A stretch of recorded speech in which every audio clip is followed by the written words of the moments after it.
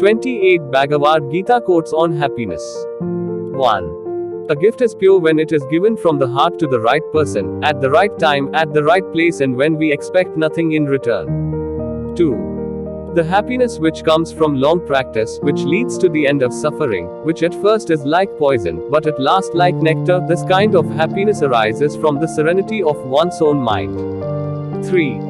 The impermanent appearance of happiness and distress and their disappearance in due course are like the appearance and disappearance of winter and summer seasons. They arise from the sense of perception, and one must learn to tolerate them without being disturbed. 4. Happiness derived from a combination of the senses and the sense objects is always a cause of distress and should be avoided by all means. 5. Man is made by his beliefs. As he believes, so he is. 6. There is neither this world nor the world beyond nor happiness for the one who doubts. 7. You grieve for those who should not be grieved for, yet you speak wise words. Neither for the dead nor those alive do the wise grieve for. 8.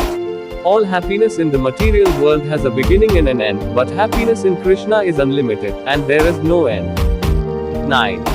Pleasures conceived in the world of the senses have a beginning and an end and give birth to misery, Arjuna.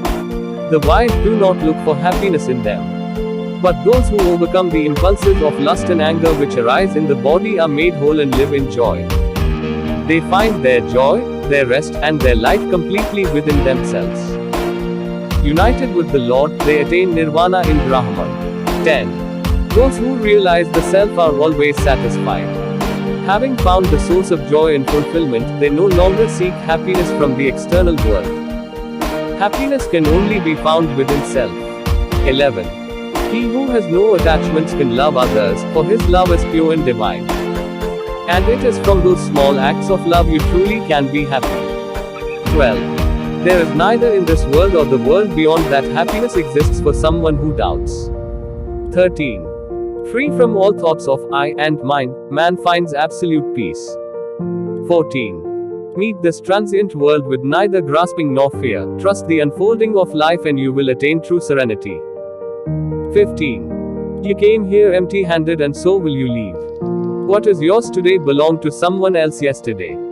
And tomorrow someone else will call it his. 16. The person who is not disturbed by happiness and distress and is steady in both is certainly eligible for liberation. 17. Happiness is of the soul. The soul can never be cut to pieces, nor burned by fire, nor moistened by water or withered by wind. 18. Make it easy for yourself. Get organized, live the moment. Your day-to-day activities should not steal your happiness. 19. Little by little, through patience and repeated effort, the mind will become stilled in self. 20. One has to learn tolerance in the face of dualities, such as happiness or distress, or cold and warmth, and by tolerating such dualities, become free from anxieties regarding gain and loss. 21. There is neither self-knowledge nor self-perception to those whose senses are not under control. Without self-perception, there is no peace, and without peace, there can be no happiness. 22. Delusion arises from anger. The mind is bewildered by delusion. Reasoning is destroyed when the mind is bewildered. One falls down when reasoning is destroyed. 23. We are like fish out of water.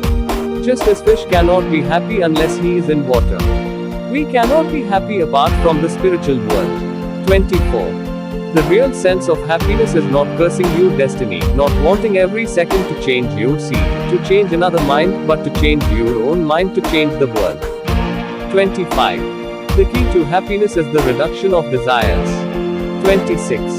When you move amidst the world of sense, free from the attachments and aversions alike, there comes the peace in which the sorrow ends, and you live in the wisdom of the self. 27. One who is peaceful amidst good or evil, whose aim and happiness are within, he is released from material bondage. 28. It is better to live your own destiny imperfectly but happily than to live an imitation of somebody's life with perfection and sorrow.